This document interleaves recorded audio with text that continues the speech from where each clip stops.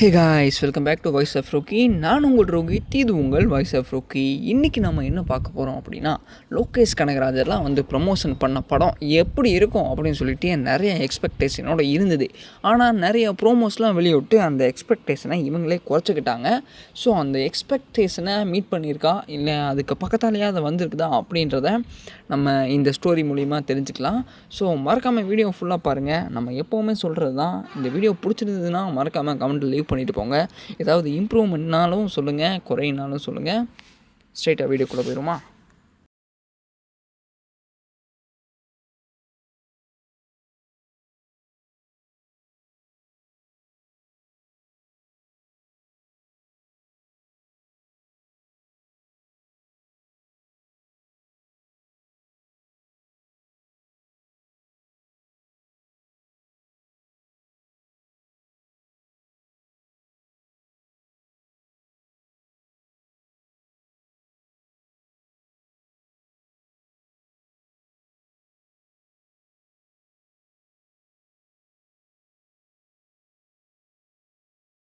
இந்த அம்மா இருக்காங்களே, இவங்க ரொம்பவுமே நல்லவங்கன்னு தான் சொல்லியாகணும். ஏன்னா எல்லா போராட்டத்தையும் பண்ணி இந்த ஊரை வந்து ஒரு நல்ல வழியில் கொண்டு போகணும், முற்போக்கான சிந்தனையில் கொண்டு போகணும் அப்படின்னு ரொம்ப இன்ட்ரெஸ்டடாக இருப்பாங்க. ஆனால் நம்ம ஹீரோவுக்கு இதில் எல்லாம் ரொம்பவுமே இன்ட்ரெஸ்ட் கிடையாது. அவரும் இங்கே உள்ளூரில் வேலை இல்லை, ஃப்ரெண்ட்ஸ்கிட்ட கேட்குறாரு, சொந்தக்காரங்கிட்ட கேட்குறாரு, எவனுமே அவனை மதிக்கக்கூட மாட்டேங்கிறான், வேலையும் தர மாட்டேங்கிறான். சரி, இதுக்கு மேலே நம்மளே தான் எல்லாத்தையும் பண்ணிக்கணும் அப்படின்னு சொல்லிட்டு ஓகே எல்லோரும் பண்ணுற மாதிரி அவனும் சென்னைக்கு கிளம்பி போகிறான். இந்த ஊரை விட்டு வேலைக்கு போகிறவங்க எப்படி நினைப்பாங்க அப்படின்னா, எப்படியாவது வேலைக்கு போய் நம்ம இந்த ஊரால் தான் பெரிய ஆளானோம் அப்படிங்கிற மாதிரி நம்ம ஹீரோவுக்கும் அந்த எண்ணம் தான் இருக்கும். எப்படியாவது நம்ம படிப்புக்கு ஏற்ற மாதிரி வேலை கண்டுபிடிச்சி பெரிய ஆளாயிடணும் அப்படின்னு தான் நினச்சிட்ருப்பார்.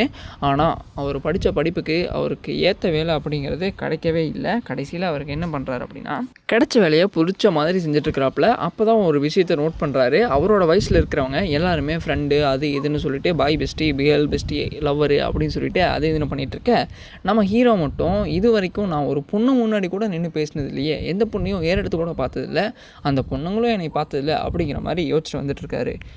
எனக்கு மட்டும் ஏன்டா இப்படிலாம் அப்படின்னு நினச்சிட்டு இருக்கும்போது இன்னொரு விஷயத்த நோட் பண்ணுறாப்புல. அவன் அப்படியே நினச்சிக்கிறான், எனக்கு இது வரைக்கும் பொண்ணுங்க பேசியிருக்கிறாங்க அப்படின்னா அது ஒரே ஒரு வார்த்தை தான், அது எக்ஸ்கியூஸ் மீ மட்டும்தான், என்ன என் வாழ்க்கையில் இல்லை காதல் வாழ்க்கையே வராதா அப்படிங்கிற மாதிரி அவனும் நினச்சிட்டு இருக்கான். இவன் வந்து ஒரு பேச்சுலர் ரூமில் வந்து தங்கிட்டு இருக்கான். 2 பேர்த்து கூட 2 ஃப்ரெண்டு இருக்காங்க. ஒருத்தன் வந்து ஐடி ஃபீல்டு இருக்கான், இன்னொருத்தன் வந்து டைரக்டராக ஒர்க் பண்ணிகிட்ருக்கான்.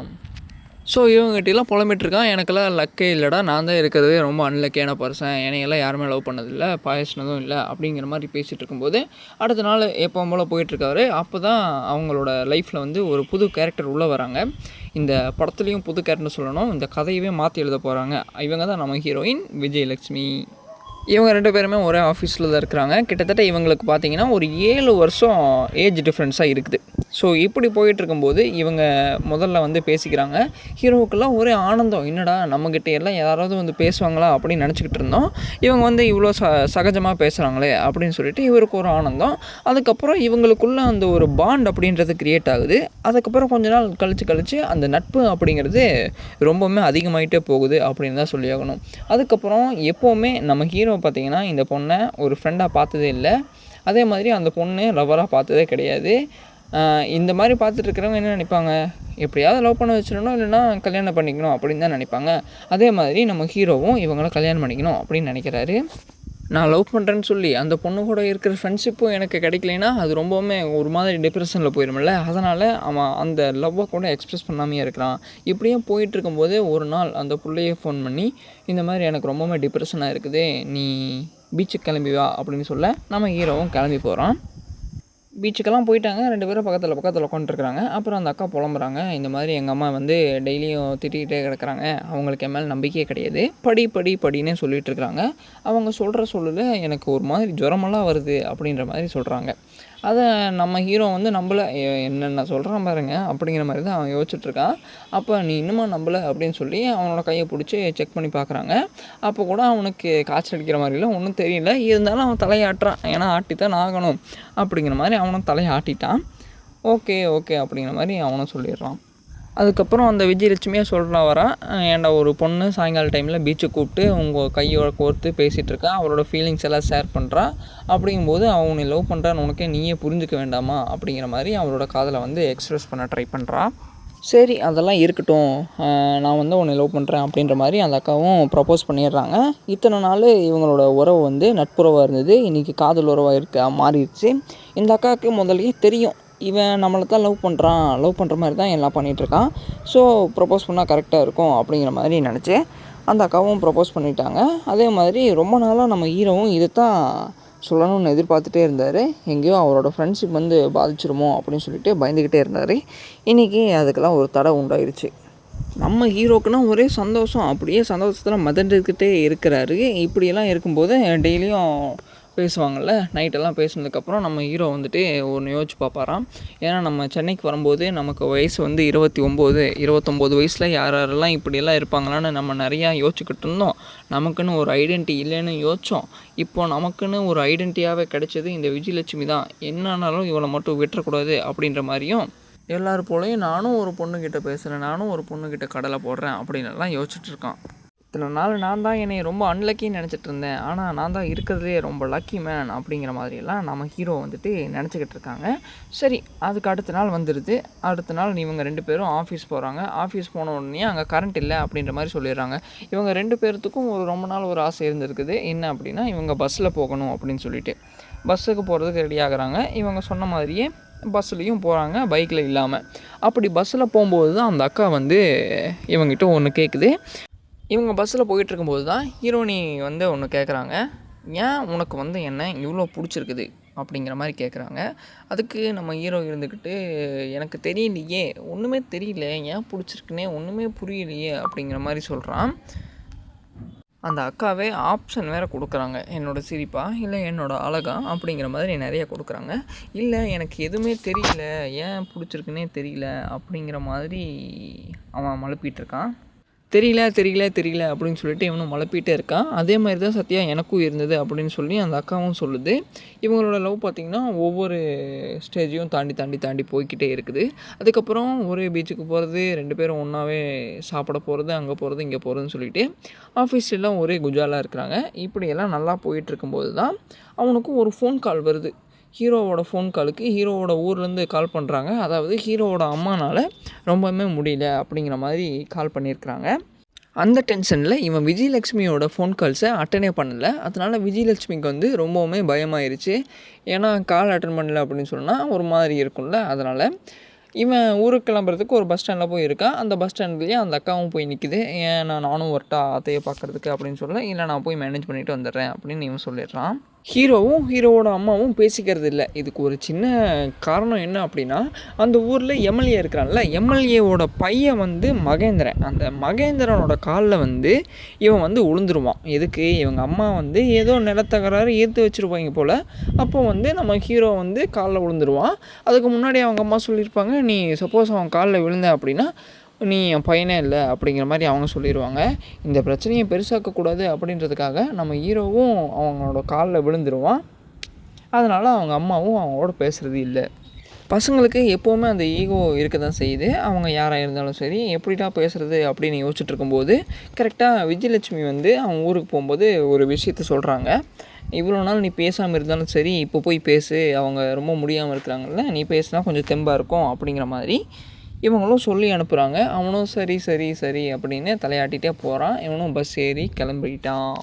இந்த ஹீரோ இருக்கான்ல, பஸ்ஸில் போகும்போதெல்லாம் இவனுக்கு ஒரே ஒரு தாட்டு தான், இந்த பொண்ணு எதுக்கு நம்மளை இவ்வளோ கேர் பண்ணுது, எதுக்கு இவ்வளோ அக்கறை எடுத்து எல்லாத்தையும் பண்ணுது, இப்படி ஒரு பொண்ணு இருந்தால் போதுமே எல்லாத்துக்கும், எல்லோரும் அவங்க வாழ்க்கையில் சந்தோஷமாக இருப்பாங்களே அப்படின்னு சொல்லிட்டு இவன் போகிறது ஃபுல்லாக விஜயலட்சுமி மேலே தான் நினப்பு. கடைசியாக இவன் ஊருக்கும் போயிட்டான். ஊருக்கு போனதுக்கப்புறம் தான் தெரியுது அவங்க அம்மா வந்து ரொம்பவுமே முடியாமல் கிடக்குறாங்க. இந்த 4 வருஷம், அதாவது இவன் சென்னை வந்ததுலேருந்து இவங்க அம்மா தான் போராளியாச்சே, எல்லாத்துக்கும் போராடி அவங்க அம்மா அவங்களுக்காக போராடாமல் விட்டுட்டாங்க. இப்போ அவங்களால சுத்தமாக முடியல, எங்களுக்காகவாவது கொஞ்ச நாளுக்கு நீங்கள் போராடாமல் இருங்க அப்படிங்கிற மாதிரி நம்ம ஹீரோவும் கன்வின்ஸ் பண்ணிகிட்ருக்காரு. நம்ம ஹீரோவும் வந்த உடனே நான் மறுபடியும் சென்னைக்கே போகிறேன் அப்படிங்கிற மாதிரி சொல்ல, இல்லை இப்போ தானே வந்திருக்கிறேன், கொஞ்ச நாள் அம்மாவுக்கு துணையாக இரு அப்படின்ற மாதிரி அவங்க அப்பாவும் இருக்க வச்சுறாரு கன்வின்ஸ் பண்ணி. ஓகே அப்படின்னு சொல்லிட்டு இவரும் அங்கேயே இருக்கிறாங்க. இவங்க 2 பேரும் நல்லா ஃபோனில் பேசிக்கிறாங்க. யாரும் விஜயலட்சுமியும் ஹீரோவும் அவங்க வீட்லையெல்லாம் இன்ட்ரடியூஸ் பண்ணி வைக்கிறாரு. வீட்லேயும் ஓகே சொல்லிட்டாங்க. இவங்களும் வீட்லேயே நல்லா ஜாலியாக ஃபோன் பேசிகிட்டு இருக்கிறாங்க. அப்படியே சீனை கட் பண்ணால் அந்த பக்கம் நம்ம ஹீரோயின் இருக்கிறாங்கல்ல, அவங்களோட அம்மாவை காட்டுறாங்க. இந்த அம்மாவுக்கு வந்து ஒரே ஒரு குறிக்கோள் என்ன அப்படின்னா, தன்னோட பொண்ணை எப்படியாவது படிக்க வச்சு எப்படியாவது ஒரு ஐஏஎஸ்ஸாக மாற்றிடணும் அப்படின்றது தான். ஏன் இந்த குறிக்கோள் அப்படின்னா, இவங்களோட ஹஸ்பண்ட் வந்து பாதியிலேயே விட்டுட்டு ஓடிருப்பார். தனி ஒரு ஒரு பெண் குழந்தைய படிக்க வச்சு ஐஏஎஸ்ஸாக மாற்றினாங்க அப்படின்னா, அவங்களோட உறவினர்களுக்குள்ளே இவங்களோட மரியாதை அப்படின்றது எந்த அளவுக்கு உயரும், அதை வந்து அடையணும் அப்படின்றதுக்காக இவங்க ரொம்பவும் எஃபர்ட் போடுவாங்க. ஆக்சுவலாக விஜயலட்சுமிக்கு இதில் இன்ட்ரெஸ்ட்டே கிடையாது. நம்ம ஹீரோயின் பார்த்திங்கன்னா கிடைச்ச வேலையும் செஞ்சுக்கிட்டோம், பிடிச்சவங்களோட ஊர் சுற்றிக்கிட்டையும் நல்லா ஜாலியாக தான் வாழ்ந்துக்கிட்டு இருக்காங்க. அப்போ பார்த்தீங்கன்னா இவங்களோட அம்மா நிறைய புக்ஸை வாங்கி கொடுத்து படி படி படி அப்படின்னு சொல்லிட்டு படிக்க வச்சுக்கிட்டே இருக்கிறாங்க. அப்போ அந்த சைடு பார்த்தா நம்ம ஹீரோவோட அம்மாவுக்கும் ஓரளவுக்கு பரவாயில்ல, அவரும் கிளம்பி வந்துட்டார் ஊருக்கு. அதுக்கப்புறம் 2 பேரும் ஒன்றா சேர்ந்து சுற்ற ஆரம்பிக்கிறாங்க. ஒரு நாள் நம்ம ஹீரோவுக்கு பார்த்திங்கன்னா ரொம்பவுமே உடம்பு முடியலை. இவங்க பேச்சுலர் ரூமில் தானே இருக்கிறாங்க. அதனால் விஜயலட்சுமி வந்து அவங்க ரூமுக்கே கிளம்பி போயிட்டாங்க. அங்கே பார்த்திங்கன்னா அவரோட ஃப்ரெண்டு இருக்கிறாப்புல. அந்த ஃப்ரெண்டு பார்த்திங்கன்னா குடிச்சிட்ருக்கிறாப்புல. பரவாயில்ல, நீ ரொம்ப நாள் கழிச்சு வந்திருக்கிறமா, நான் வெளியே போய்க்கிறேன் அப்படின்ற மாதிரி அவனும் போயிட்டான். அதுக்கப்புறம் நல்லா மழை பெஞ்சிட்ருக்குது. அங்கே நடக்கக்கூடாதெல்லாம் நடந்துடுது. அவங்க 2 பேர்த்துலவும் ட்ரூவாக இருந்ததுனால, பியூராக இருந்ததுனால அந்த லவ் சீன்ஸ் எல்லாம் காமிச்சிருக்கிறாங்க. அதுக்கப்புறம் அது முடிஞ்சதுக்கப்புறம் அந்த பொண்ணு, என்னது இது பேச்சுலர் ரூம்னால் இவ்வளோ கேவலமாக இருக்குமா, எப்படியும் கூட்டியெல்லாம் வச்சுருக்க மாட்டிங்களா அப்படின்னு சொல்லிட்டு இவங்கெல்லாம் நிறையா திட்டிட்டு அந்த ரூமையே நல்லா பலன்னு மாற்றிடுறாங்க. அதுக்கப்புறம் சாப்பாடெல்லாம் சமைச்சு வைக்கல, சாப்பாடும் சமைச்சு வச்சிட்றான். அந்த ஃப்ரெண்டும் உள்ளே வந்து பார்க்குறான், பரவாயில்ல நீ ரொம்ப நல்லா மாற்றிட்டமா ரூமை, இதே மாதிரி எனக்கும் ஒரு லவ்வர் இருந்தான் அப்படின்னு சொல்லிட்டு அவனோட கதையை ஸ்டார்ட் பண்ணிட்டான். அந்த பொண்ணுக்கும் இவனுக்கும் ஒரு நல்ல ஒரு கெமிஸ்ட்ரி இருக்குது. ஆனால் இவங்க 2 பேர்த்துக்கு நடுவில் ஒரு மேக்ஸ் இல்லை. மேக்ஸ் அப்படின்றத நான் எதை குறிப்பிடுறேன் அப்படின்னா பணம். அந்த பணம் இல்லை அப்படின்றதுனால அந்த பொண்ணு ஹீரோவோட ஃப்ரெண்டை விட்டுட்டு போயிடுவா. அந்த வலி இருக்கே, அந்த வலியை மட்டும் நீ எப்போவுமே ஹீரோவுக்கு கொடுத்துடாத அப்படின்ற மாதிரி நம்ம ஹீரோவோட ஃப்ரெண்டு சொல்லிட்டு இருப்பான். அது மட்டும் இல்லாமல், நீ சப்போஸ் அந்த மாதிரி அவனை கழட்டி விட்டுட்டு போயிட்ட அப்படின்னா, நீ எங்கே இருந்தாலும் சரி நானே வந்து உன்னைய கண்டதுண்டமாக வெட்டுவேன் அப்படின்ற மாதிரி வார்னிங்லாம் கொடுக்குறான். அப்போ தான் நம்ம ஹீரோயின் ஒன்று யோசிக்கிறாங்க, நமக்கு ஒரு பேஷன் இருக்குது, இந்த சமயத்தில் நம்ம இப்படி லவ் பண்ணிகிட்ருக்கோமே அப்படின்னு. அப்போ நம்ம அம்மாவுக்கும் இதே மாதிரி தான் இருந்திருக்குமோ அப்பா விட்டுட்டு போனப்போ அப்படின்ற மாதிரி வாழ்க்கையை பற்றி இவங்க இப்போ தான் திங்கே பண்ணுறாங்க. அதுக்கப்புறம் இவங்க ஒரு முடிவு பண்ணிட்டாங்க, சரி அம்மா சொன்ன மாதிரி நம்ம வந்து ஐஏஎஸ்க்கு படிக்க போகலாம் அப்படின்ற மாதிரி இவங்க ஒரு பிளான் போட்டுட்டாங்க. இதை போய் அடுத்த நாள் ஆஃபீஸில் வந்து ரிசைனிங் லெட்டர்லாம் கொடுத்துட்டாங்க. இதை சத்யா கிட்ட சொல்லும்போது, நீ யாரை கேட்டு இந்த மாதிரிலாம் பண்ணிகிட்ருக்க, எதுக்காக இப்படிலாம் பண்ணுற அப்படின்னு சொல்லிட்டு இவனுக்கு ஒரே சாக்கு. ஏன்னா எதுவுமே சொல்லாமல் திடுதுப்புன்னு இப்படி ஒன்று பண்ண அப்படின்னா ஒரு ஷாக்கிங்காக இருக்கும்ல. அப்புறம் இவனும் எப்படி பேசுகிறது அப்படின்றதெல்லாம் யோசிச்சிருப்பான்ல. அந்த அக்கா இனிமேல் நம்ம டச்சில் இருக்க வேணாம், நான் அந்த ஐஏஎஸை வந்து கிளியர் பண்ணிட்டு வந்துடுறேன் அப்படின்ற மாதிரி ஏதோ வடை சாப்பிட்ற மாதிரி சொல்லிட்டு போகுது. ஸோ அதே நாளில் பார்த்தீங்கன்னா அந்த ஆஃபீஸில் இருக்கிறவங்க எல்லாத்துக்கிட்டேயும் நானும் சத்யாவும் லவ் பண்ணுறோம் அப்படின்ற மாதிரி இந்த அக்கா சொல்லியிருக்குது. என்ன தான் இந்த அக்கா ஆஃபீஸில் எல்லாத்துக்கிட்டையும் சொல்லியிருந்தாலும் அவங்க அம்மா கிட்ட சத்யா யார் அப்படின்றத பற்றி அவங்க ஒரு வார்த்தை கூட பேசலை. அவங்க லவ் பண்ணுறதை பற்றி சொல்லவே இல்லை. அதே மாதிரி அவங்க சத்யா யார் அப்படின்னு கேட்கும்போது கூட விஜயலட்சுமி இருந்துக்கிட்டு ஹீ இஸ் மை ஃப்ரெண்ட் அப்படின்ற மாதிரி சிம்பிளாக முடிச்சுட்டு போயிருக்கிறாங்க. அவங்களோட காதல் விஷயத்தை பற்றி எதுவுமே சொன்னதில்லை. அடிக்கடி ஃபோனில் பேசிக்கிறது இல்லை. லவ் லைட்டாக பிரேக் ஆகிடுச்சுல. ஒரு நாள் வந்து இவங்களோட பேரண்ட் வந்து சென்னைக்கு வராங்க ஒரு மனு கொடுக்க. அப்படி வந்துட்டுருக்கும்போது அவங்க விஜயலட்சுமிக்கு வந்து ஒரு சாரீ எடுத்துகிட்டு வராங்க. அவளை பார்த்துட்டு அப்படியே கொடுத்துட்டு போகலாம் அப்படிங்கிற மாதிரி இவங்க பிளான் போட்டிருக்கிறாங்க. நம்ம ஹீரோ எத்தனை தடவை ஃபோன் பண்ணாலும் அவங்க ஃபோனை எடுக்கலை. ஏன்னா இவங்க ரொம்ப சின்சியராக படிச்சுட்ருக்குறாங்கல்ல. அப்புறம் இந்த அம்மா அப்பா வந்து ரொம்ப நேரமாக வெயிட் பண்ணி பார்த்துருக்குறாங்க. அவங்க வரவே இல்லை, அவங்களும் கிளம்பிட்டாங்க. இவருக்கு வந்து ரொம்பவுமே வருத்தம். படிச்சுட்டு பிரேக் எடுக்கும்போது தான் தெரியுது, என்னது இது சத்யா இத்தனை தடவை மெசேஜ் போட்டிருக்கான், கால் பண்ணியிருக்கிறான் அப்படின்ற மாதிரி. அப்புறம் கடைசியாக ஒரு மெசேஜில் வந்து சொல்லியிருக்கான், உனக்கு நான் முக்கியமா இல்லை படிப்பு முக்கியமா அப்படின்ற மாதிரி சொல்லியிருக்கான். இதை பார்த்த உடனே பார்க்குக்கு வந்து இவங்க அவசரமாக கிளம்பி போகிறாங்க. அதுக்கப்புறம் தான் அங்கே போனதுக்கப்புறம் சத்யா பார்த்திங்கன்னா ரொம்பவுமே கடுப்பில் இருக்கிறான். இவன் நல்லா திட்டிட்டு இவங்க கடைசியில் ஒரு வார்த்தையை வேறு விட்டுறான், உனக்கு நான் முக்கியமா இல்லை இந்த பேஷன் முக்கியமா, உனக்கு யார் என்னங்கிறதெல்லாம் முக்கியம் இல்லை, உனக்கு தேவை படிப்பு அப்படின்ற மாதிரி வார்த்தையை விட்டுறான். சரி, நீ உன் பேசனையே பாரு, ஆனால் இப்படியெல்லாம் இருக்காத, நீயும் உன் அம்மாவும் இப்படி இருந்ததுனால தான் உன்னோட அப்பா உங்களை விட்டுட்டு ஓடி போயிருப்பாரோ அப்படின்னு எனக்கு சந்தேகமாக இருக்குது அப்படின்னு சொல்லிடுறாரு. ஸோ இதை கேட்ட உடனே விஜி மனசு உடைஞ்சு அங்கேருந்து கிளம்பி போயிடுறாங்க. அடுத்த நாள் அவங்களுக்கு மெயின்ஸ் எக்ஸாம் வேறு இருக்குது. அவர் சொன்ன வார்த்தையிலேயே தான் அந்த மைண்ட் ஓடிட்டே இருக்குது. அவங்களால எக்ஸாமில் கூட கான்சன்ட்ரேட் பண்ண முடியல. அவங்க அங்கேயே மயக்கம் போட்டு விழுந்துடுறாங்க. அவங்க எக்ஸாம் முடிச்சுட்டு ஸ்ட்ரெயிட்டாக அவனுக்கு கால் பண்ணி, இத்தனை நாள் வீட்டுக்கு கூப்பிடாதவங்க இப்போ வந்து வீட்டுக்கு கூப்பிட்டு நீ எங்கள் வீட்டுக்கு வந்துடு அப்படின்ற மாதிரி சொல்கிறாங்க. அங்கே வந்ததுக்கப்புறம் இனிமேல் நம்ம லவ் பண்ண வேண்டாம், நம்ம பிரிஞ்சிடலாம், நீ உன்னோட பேஷனை பாரு, நான் என்னோடய பேஷனை நோக்கி போகிறேன் அப்படின்ற மாதிரி சொல்கிறாங்க.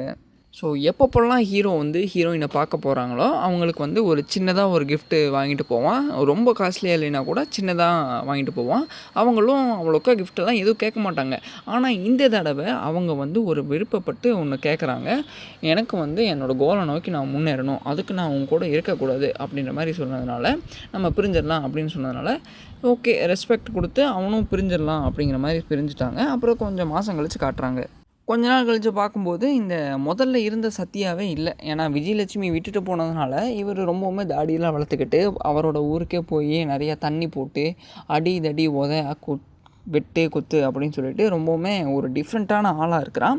இதெல்லாம் நமக்கு செட் ஆகாது, நம்மளையே கொஞ்சம் க்ளீன் பண்ணிக்கணும் அப்படின்னு சொல்லிட்டு க்ளீன் பண்ணணும்னா என்ன பண்ணணும், நமக்கான ஒரு ஐடென்டிட்டியை உருவாக்கணும் அப்படின்னு சொல்லிட்டு அவங்களோட அம்மா அந்த ஏரிக்காக ரொம்ப நல்லா போராடிட்டு இருப்பாங்கள்ல, அந்த ஏரிக்காக இவன் போராடலாம் அப்படின்னு நினைக்கிறான். இப்போ அவனோட ஊருக்குள்ளேயே அவன் ஃபார்ம் ஆயிடுவான்ல, அதுக்கு யார் எதிர்த்து நிற்கிறான்னு பார்த்தா மகேந்திரன். அவனுக்கு எதுக்கால இப்போ இவன் போராடுறான். அந்த மகேந்திரன் அப்படின்றவன் எம்எல்ஏ ஒரு பையன்ல, அதனால் அவனுக்கு வந்து கொஞ்சம் கர்வம் இருக்கும். ஸோ இந்த ஏரியை தூர்வாரதுக்காக போராடுறதுனால அந்த ஊருக்குள்ளேயும் வந்து டாப்பில் இருக்கிறான். சின்ன சின்ன பிரச்சனையெல்லாம் இது பண்ணிகிட்ருக்கான். கலெக்டரும் உத்தரவு கொடுத்துட்டாங்க, இந்த மாதிரி நீ வந்து ஏரியை தூர்வாரிக்கோ அப்படின்ற மாதிரி. ஆனால் அங்கே தூர்வாரதுக்கு எவனுமே முன் வர மாட்டேங்கிறான், வேலை செய்கிறதுக்கு ஆளுங்களே வர மாட்டேங்கிறானுங்க. அதனால் அங்கே இருக்கிற மக்களையே ஒன்று திரட்டி இவனே அந்த ஏரியும் தூர்வாடுற வேலையை ஸ்டார்ட் பண்ணிட்டான். ரொம்ப வருஷம் ஆச்சு. விஜயலட்சுமி கிட்டேருந்தும் ஒரு ஃபோனும் இல்லை. இவனும் ஏதோ பண்ணுற மாதிரி தெரியல. அப்போ தான் ஒரு நாள் அந்த அக்கா அவங்க அம்மாக்கிட்ட புலம்புறாங்க. இத்தனைக்கும் அவங்க இன்னும் ஐஏஎஸ் எக்ஸாமுக்கு தான் படிச்சுட்ருக்கிறாங்க. அவங்களால கான்சென்ட்ரேட்டே பண்ண முடியல அப்படின்ற மாதிரி அவங்க ரொம்பவுமே புலம்பி அவங்க அம்மா கிட்டே சொல்லிகிட்ருக்குறாங்க. ஓகே, இந்த சத்யா யார் அப்படின்னு விசாரித்து அவங்க வந்து சத்யாவை பார்க்குறதுக்கு வராங்க. இதை பாரு சத்யா, என்னோடய பொண்ணுனால் இப்போல்லாம் படிப்பில் கான்சென்ட்ரேட்டே பண்ண முடியல, அவளுக்கு நீ தான் ஏதாவது சொல்லி ஹெல்ப் பண்ணணும், அவளை மறுபடியும் ரன் பண்ணணும், அவள் எப்படியாவது பாஸ் பண்ணணும் அப்படின்ற மாதிரி இந்த சத்யா கிட்டே சொல்லிடுறாங்க. அதனால் சத்யாவும் ஓகே மறுபடியும் அவளோட லைஃப்குள்ளே உள்ளே போகலாம் அப்படின்னு சொல்லிட்டு இவனும் உள்ளே போகிறான். எப்பப்பெல்லாம் ஹீரோயினை பார்க்க போகிறோன்னா முதல்ல சொன்ன மாதிரி ஒரு கிஃப்ட்டை வாங்கிட்டு போவான்ல, அந்த மாதிரி இந்த தடவை என்ன வாங்கிட்டு போயிருக்கிறான் அப்படின்னா, வாங்கிட்டு இல்லை கூட்டிகிட்டு வந்திருக்கிறான் அப்படின்னா, அவனோட அப்பாவை ஓடிப்போன அப்பாவை கொண்டு வந்து முன்னாடி நிறுத்தியிருக்கிறான்.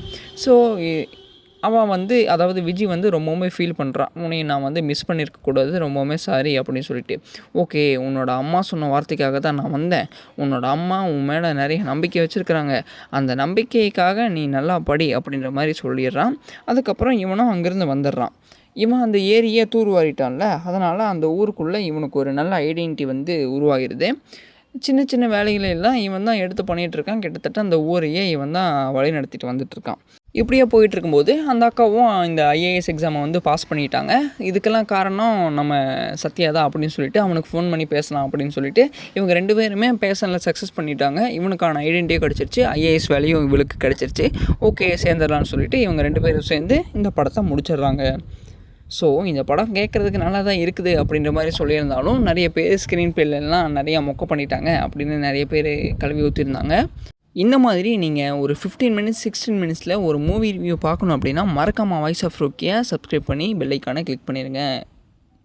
ஏதாவது குறை இருந்தால் மறக்காமல் கமெண்ட்ஸில் லீவ் பண்ணிவிட்டு போங்க, நிறைய இருந்தாலும் சொல்லுங்கள்.